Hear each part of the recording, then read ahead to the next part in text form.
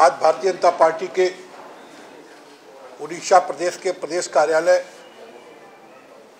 पर प्रेस वार्ता में आए हमारे साथ यहाँ पर बैठे भारतीय जनता पार्टी अनुसूचित मोर्चे के प्रदेश के अध्यक्ष और हमारे लोकसभा के बहुत ही लोकप्रिय माननीय सांसद आदरणीय विभू प्रसाद जी,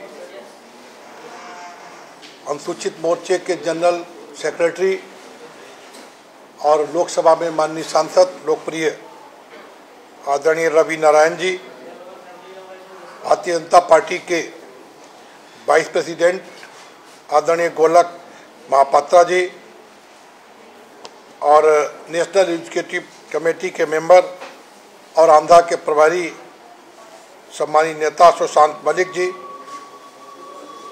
उड़ीसा के ही बहुत ही लोकप्रिय माननीय विधायक आदरणीय श्री छवि मलिक जी और इस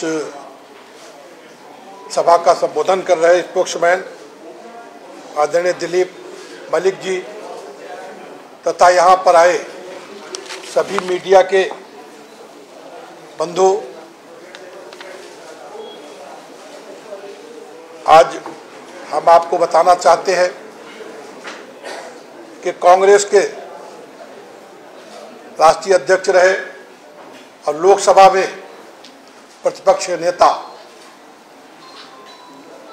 राहुल गांधी जी के द्वारा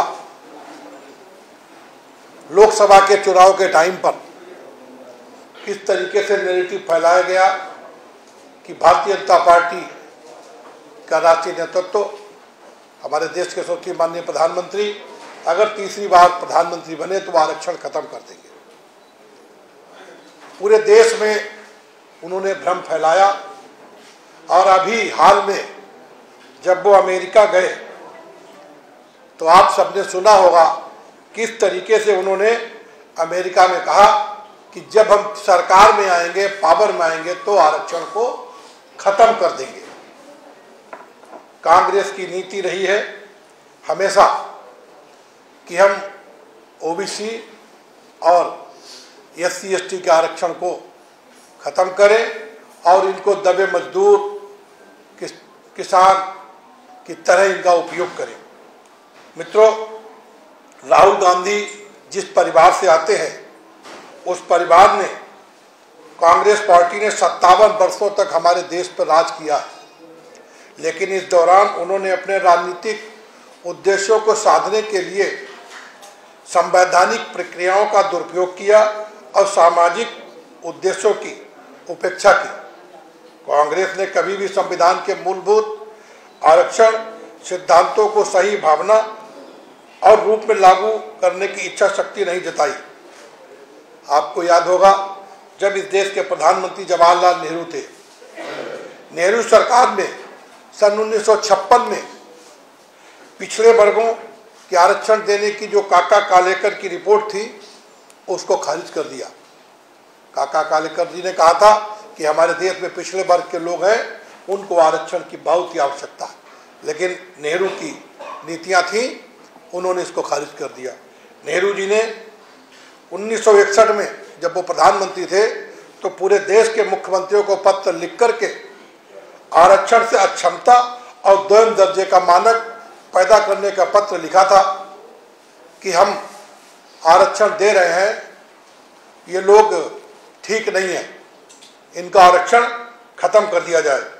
लेकिन डॉक्टर भीमराव अंबेडकर जी ने आरक्षण के लिए संविधान जो बनाया था उसको लागू करने का काम हमारे देश के माननीय प्रधानमंत्री आदरणीय श्री मोदी जी ने किया।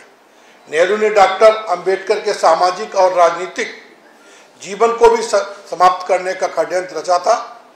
1952 में लोकसभा चुनाव में और 1954 में लोकसभा के उपचुनाव में उन्हें हराने का काम किया, क्योंकि अंबेडकर जी एससी एसटी और ओबीसी को संविधान के माध्यम से आगे लाने का काम कर रहे थे। तो कांग्रेस को पसंद नहीं था कि एससी ओबीसी और एसटी के लोग सामान्य जीवन जिए और समाज में अच्छी अपनी पहचान बनाएं। माननीय प्रधानमंत्री मोदी जी, माननीय गृह मंत्री अमित शाह जी के द्वारा जो धारा 370 और 35A को समाप्त करके जम्मू कश्मीर में अनुसूचित जाति वर्ग को 70 वर्षों बाद सामाजिक न्याय और सम्मान दिलाने का काम माननीय नरेंद्र मोदी जी ने किया।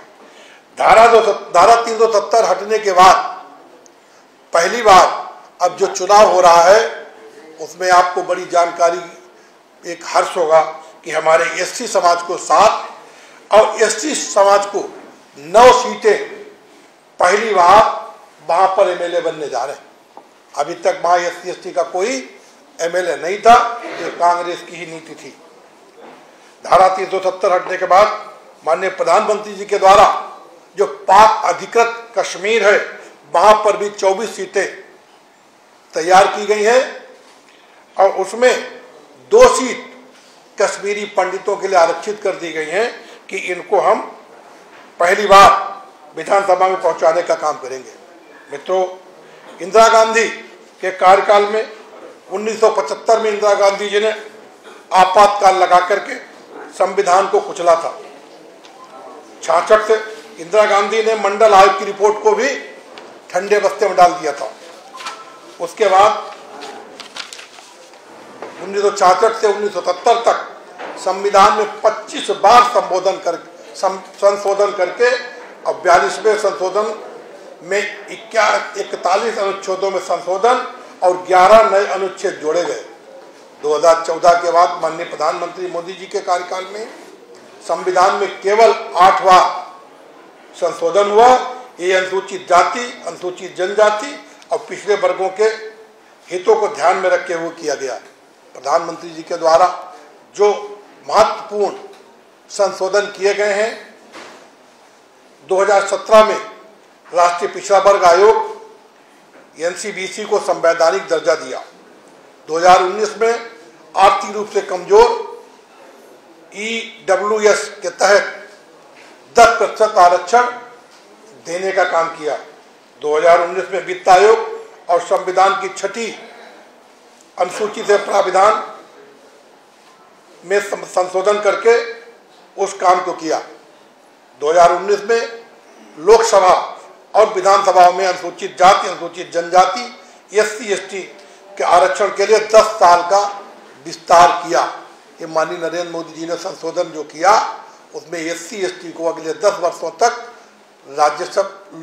राज्य सरकारों में और लोकसभा में आरक्षण देने को लागू रखने का काम किया। 2021 में राज्य और केंद्र शासित प्रदेशों को अपनी ओबीसी सूची में परिवर्तन करने का अधिकार दिया।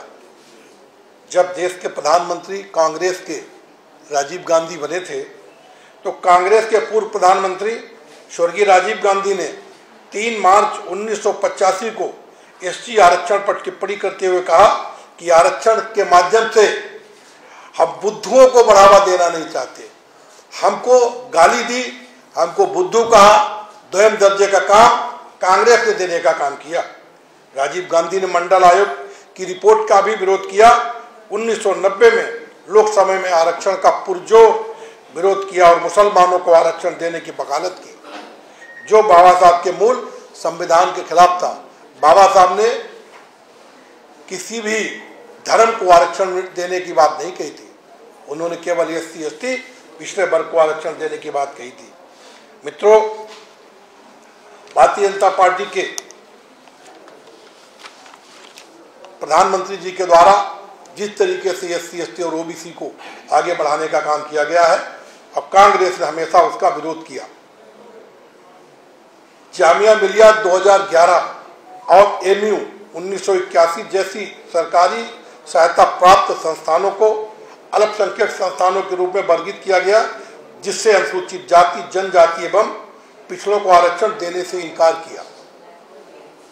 डॉक्टर अंबेडकर जी ने ये नहीं कहा था कि मुस्लिम को अलग से आरक्षण दिया जाए। 93 संशोधन, संवैधानिक संशोधन 2005 के तहत अल्पसंख्यक संस्थानों को आरक्षण प्रदान करने से छूट दी गई। इस एक कदम से सैकड़ों संस्थानों से पिछड़े समुदायों के अधिकार छीन लिए गए। एक कांग्रेस की करतूत थी कि मुसलमानों को अलग से आरक्षण दे दिया। मोदी जी ने एससी और एसटी को संवैधानिक उच्च पदों पर बैठाने का काम किया। जैसे हमारे देश के राष्ट्रपति बने माननीय रामनाथ कोविंद जी, जो कि एससी समाज से आते हैं। आज हमारे देश की राष्ट्रपति श्रीमती द्रौपदी मुर्मू जी हैं, जो कि एसटी समाज से आती है।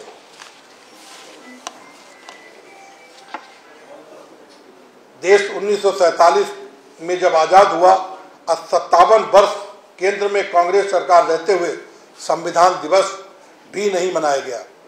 माननीय प्रधानमंत्री श्री नरेंद्र मोदी जी ने 2015 से शासकीय स्तर पर संविधान दिवस मनाना चालू किया। इसके बाद प्रधानमंत्री श्री नरेंद्र मोदी जी ने 2015 में संसद के दोनों सदनों में संविधान पर चर्चा डिस्कशन कराने का निर्णय किया, जिसका कांग्रेस ने विरोध किया। जबकि अभी आप देख रहे होंगे कांग्रेस में राहुल गांधी एक हाथ में संविधान की किताब लेकर के घूम रहे थे, उसका संविधान का भी सम्मान नहीं किया, लेकिन चुनाव में दुरुपयोग करके लोगों को भ्रम फैला करके और चुनाव में उन्होंने कुछ सीटें जीत ली। जबकि 2010 में जब संविधान के 60 वर्ष पूर्ण हुए तो गुजरात में अपने कार्य के दौरान तत्कालीन मुख्यमंत्री श्री नरेंद्र मोदी जी ने संविधान गौरव यात्रा आयोजित की थी। इस यात्रा में संविधान की प्रति को हाथी के मस्तक पर रखकर पूरे शहर में निकालकर सम्मानित करने का काम माननीय नरेंद्र मोदी जी ने किया था, जब वो गुजरात के मुख्यमंत्री थे। कांग्रेस ने संविधान को अपनाने के बाद 90 मौकों पर निर्वाचित सरकारों को बर्खास्त करके अनुच्छेद 356 का दुरुपयोग किया, जिससे संविधान का मजाक उड़ाया गया। डॉक्टर अंबेडकर और संविधान सभा ने संविधान में धर्म के आधार पर आरक्षण को मान्यता नहीं दी थी। फिर भी ओबीसी कोटा से आंध्र प्रदेश में 4%, केरल में 8% और तमिलनाडु में 3.5% आरक्षण मुस्लिम समुदाय को देने का काम किया, जो कि ओबीसी का आरक्षण उन्होंने काट के काम किया। ये कांग्रेस की नीति आरक्षण के खिलाफ है। डॉक्टर भीमराव अंबेडकर का भी समय समय पर ये लोग अपमान करते रहे। कांग्रेस ने अपनी सरकारों में कभी भी आदरणीय श्री बाबा साहब का तैल चित्र संसद में नहीं लगने दिया और ना ही उन्हें कभी भारत रत्न देने का विचार किया। पूर्व प्रधानमंत्री श्री अटल बिहारी वाजपेयी जी ने कल्याण मंत्रालय को सामाजिक न्याय और अधिकारिता मंत्रालय के रूप में बदला। उन्होंने कहा कि एक असमान समाज में जहां अनुसूचित जाति, अनुसूचित जनजाति और पिछड़ा वर्ग अभी भी ऐतिहासिक क्षमताओं से पीड़ित हैं, वे जो चाहते हैं कि वो सामाजिक न्याय और सशक्तिकरण है, न कि केवल कल्याण। मंत्रालय का नाम बदलने का हमारा निर्णय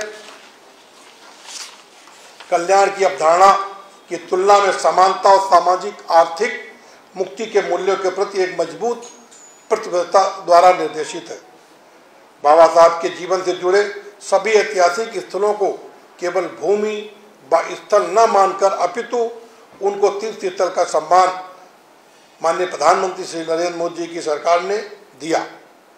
बाबा साहब के जीवन से जुड़ी 5 महत्वपूर्ण स्थानों को भाजपा सरकारों ने विकसित किया। पंचतीर्थ में मऊ में डॉक्टर अंबेडकर की जन्मभूमि, लंदन में शिक्षा भूमि, नागपुर में दीक्षा भूमि, दिल्ली का महापरिनिर्वाण स्थल और मुंबई में चैत्य भूमि शामिल है। पूर्व प्रधानमंत्री माननीय श्री अटल बिहारी वाजपेयी एवं पूर्व उप प्रधानमंत्री श्री लाल कृष्ण आडवाणी जी के प्रयास से 1990 में बाबा साहब डॉक्टर भीमराव अम्बेडकर को भारत रत्न से सम्मानित किया गया। मित्रों, अनुसूचित जाति पर अध्ययन, अनुसंधान, विश्लेषण और नीति निर्धारण निर्माण के लिए डॉक्टर भीमराव अम्बेडकर अंतर्राष्ट्रीय केंद्र की स्थापना माननीय प्रधानमंत्री श्री नरेंद्र मोदी ने 2017 में की। डॉक्टर बाबा साहब डॉक्टर भीमराव अम्बेडकर को स्मरण करते हुए प्रधानमंत्री श्री नरेंद्र मोदी जी ने भीम ऐप शुभारंभ किया, जिससे निम्न मध्यम वर्ग के व्यापारियों, किसानों, गरीबों को ताकत प्रदान की गई। कांग्रेस ने 57 वर्षों तक देश पर शासन किया, लेकिन नागरिकों को बिजली, पानी, बैंक खाते, शौचालय, घर आदि जैसी सेवाएं प्रदान नहीं की गई। हमारी सरकार ने पिछले 10 वर्षों में बाबा साहब के सामाजिक और आर्थिक लोकतंत्र के दृष्टिकोण को पूरा करने का प्रयास किया। हमारे देश के प्रधानमंत्री जी ने भारतीय संविधान हमारे लिए राष्ट्रीय ग्रंथ है, माननीय प्रधानमंत्री जी ने इसको किया। आप सबने देखा होगा, माननीय प्रधानमंत्री जी ने कहा, सदन में भी कहा और अपने भाषणों में भी कई बार कहा कि मेरे रहते संविधान आरक्षण को खरोच नहीं आएगी। कांग्रेस वाले कितना भी चाहें लेकिन आरक्षण को खत्म नहीं कर पाएंगे, ऐसे माननीय प्रधानमंत्री जी के द्वारा हमारे समाज के प्रति सोच है। कांग्रेस के लिए संविधान राजनीतिक साधन हो सकता है, लेकिन हमारे लिए संविधान श्रद्धा और आस्था का केंद्र है। ये हमारे माननीय प्रधानमंत्री नरेंद्र मोदी जी की सोच है। ऐसे देश के हमारे प्रधानमंत्री मोदी जी SC ST और OBC के बारे में चिंतित रहते हैं। और कांग्रेस के द्वारा जो भ्रम फैलाया गया कि हम 400 पार हो जाएंगे तो संविधान खत्म कर देंगे, तभी आपने अमेरिका में देखा होगा किस तरीके से राहुल गांधी के द्वारा कहा गया कि जब हम पावर में आएंगे तो हम संविधान में संशोधन करके आरक्षण को खत्म कर देंगे। मित्रों, यही एक मौका है, आपके चैनल के माध्यम से पब्लिक तक पहुंचाना चाहता हूं कि अनुसूचित जाति, अनुसूचित जनजाति और पिछड़े वर्ग के असली हितैषी हमारे देश के माननीय प्रधानमंत्री आदरणीय श्री नरेंद्र मोदी जी हैं। भारतीय जनता पार्टी सरकार है। आए हुए सभी लोगों का हृदय से आभार, बहुत बहुत धन्यवाद।